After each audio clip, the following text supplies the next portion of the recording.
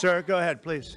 Photos have emerged of Senator Van Hollen sipping what appears to be margaritas with Abrego Garcia down in El Salvador. Do you encourage other Democrats to fly down to El Salvador to meet with this illegal alien who's been accused of... I like this guy. See, now this is the kind of a reporter we like. There aren't enough of them. We got to get some more of them. But no, I appreciate that question. No, look, he's a fake. I know him. I know them all. They're all fake.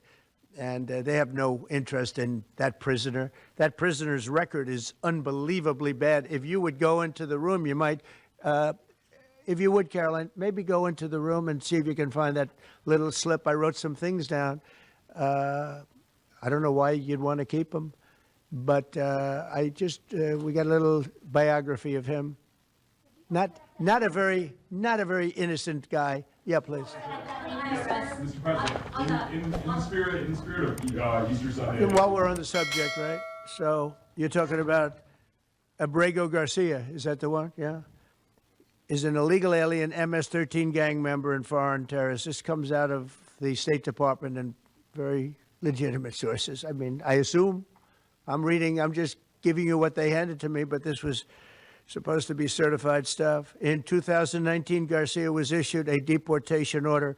Two separate judges affirmed Garcia was a member of MS-13, which is a gang that may be even worse than Tren de Aragua, and maybe worse. They kill people with knives because it's more painful. Very famous for the knifing and killing of two young 16-year-old girls walking to school one day, and they sliced them up into little pieces and killed them. That's MS-13. And two separate judges affirmed Garcia was a member of MS-13. When Garcia was originally arrested, he was wearing a sweatshirt with rolls of money pouring out, an MS-13 gang symbol that he was driving with two other known violent MS-13 gang members, two of the most violent members that we know of in the MS-13 gang of thugs. In 2022, Garcia was stopped by the Tennessee Highway Patrol and was found to be transporting 7 people from Texas to Maryland, and he had no driver's license. He was driving violently.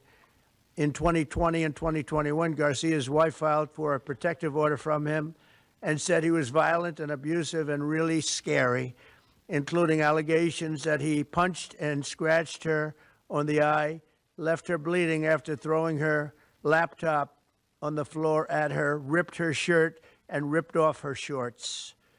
He then grabbed her arm, leaving very severe marks. Garcia's wife also wrote in court, "At this point, I am afraid to be close to him. I just don't want to be close. I have multiple photos and videos how violent he can be and all of the bruises that he's left on me."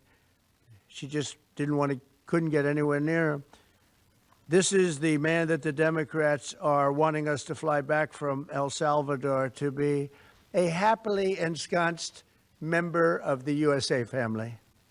Isn't it a shame? And by the way, I've been hit pretty hard by fake shows, fake news, MSDNC in particular, where they talk about how evil I am, that this man would be thrown out of our country. This man is according to certified statements that we get, is a very violent person.